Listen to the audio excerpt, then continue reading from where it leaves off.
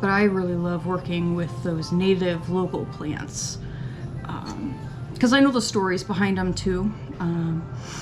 And I know each of those plants, what makes them important in the ecosystem, what animals use them. So the stories behind them are interesting to me, and then I share that information, you know, with my customers or anybody who's listening. See, now this one, you can see, taking it out, I've got a little bit of damage on that edge, but again, this is where you can come in, you can sand out carefully those little edges.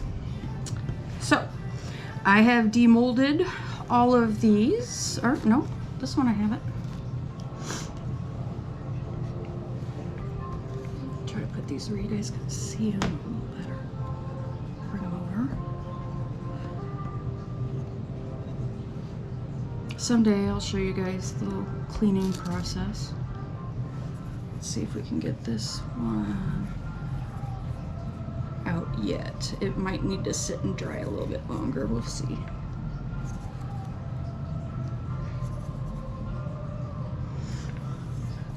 The other thing, one thing that I did with these ones that I don't always do, you can see I pressed them all the way through the clay, down through, so when I pulled them out, it's basically like a cookie cutter. Like I actually cut a cookie out of the clay.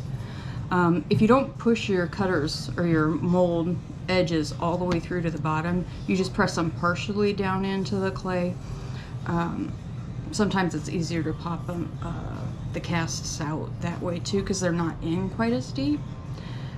It's just last night, because I had so many, the thing is, if you don't push this all the way in to the bottom of the clay, there's no seal, or it doesn't seal well, and so when you pour the plaster in, it's liquid at first, and so it'll start seeping out around and just make a mess and go everywhere, and then your cast might get too thin, and then it's definitely going to break when you try to take it out. So you've got to have your cast. You can see this is probably this is about the minimum width, I'd say. You know, you want to go at least, you try to get around 1/2 inch.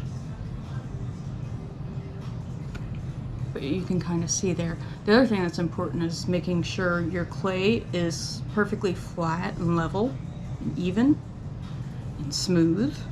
If it's not smooth, any of those imperfections are going to show up in the surface of the cast. And so if you've got a bunch of unevenness in this background, that's going to detract from the pop of the flowers that you want people to pay attention to. So it takes a lot of practice. I'd say majority of the time in doing this is getting the clay right, to be honest with you guys.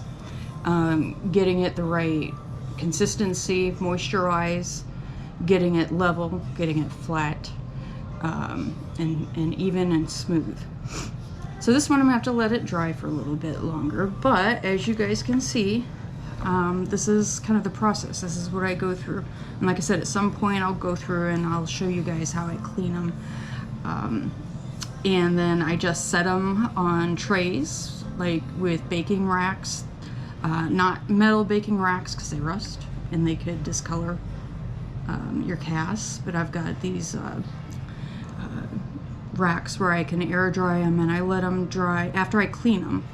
I gotta let them dry bare minimum a week, even these little ones. If they're big casts, they may have to dry for over a month before I will seal them with an acrylic sealer, and so that will protect them. Like if they get dirty, you can go clean it, and you're not going to damage the cast or the impressions or the colors.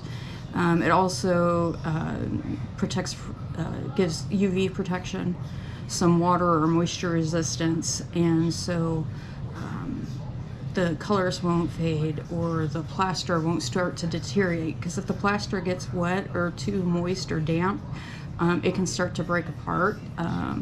And so casts, usually you do not want to put these in a room like a bathroom where you've got a lot of steam, or maybe in the kitchen close to the stove where you're going to have a lot of humidity.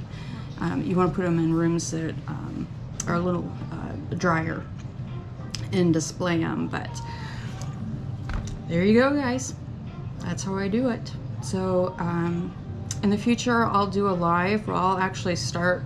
I probably won't start with the clay because like it takes so much time to get the clay right. But I'll show the process where I'm pressing the plants and then putting in the mold, pouring in the plaster, and then I'll do a separate video of the reveal, kind of like what I did here. So you guys can kind of see from the moment the plants hit the clay to when I take them out.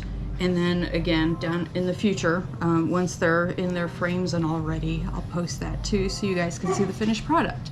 And then I sell all of these on my website, www.midwestwildernessconnections.com. And you guys can go on to see what I have available right now. I do have some casts, these small ones framed. Some are tinted, some are not, some are just natural color, but I also have the big ones of all sizes, different types of plants, different colors. So it was great to spend some time with you guys, and I look forward to doing it again in the future.